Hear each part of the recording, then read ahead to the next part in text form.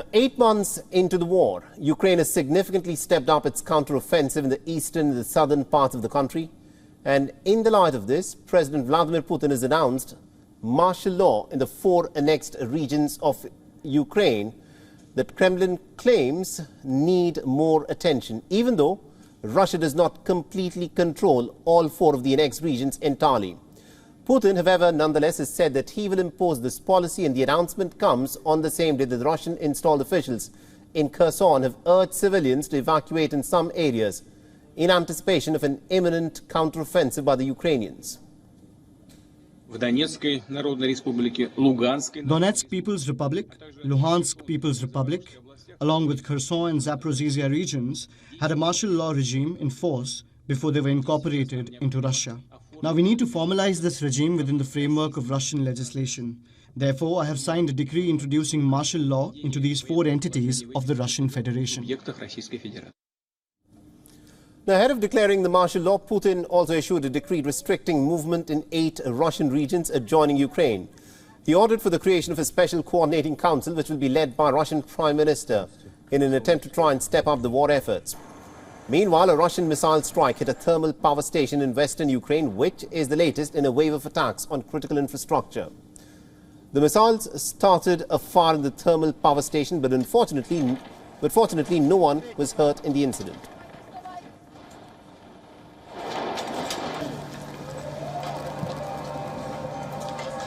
Ми всі з вами бачимо, що ворог атакує об'єкти критичної інфраструктури.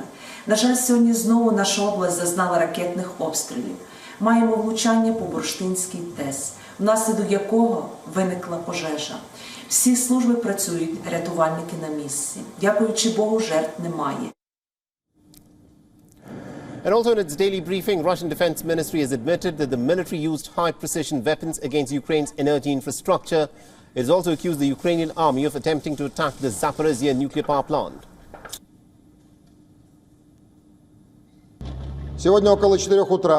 Over the last 24 hours, Russia's armed forces continued carrying out strikes with both air and sea-based long-range, high-precision weapons against Ukraine's systems, military control and energy infrastructure.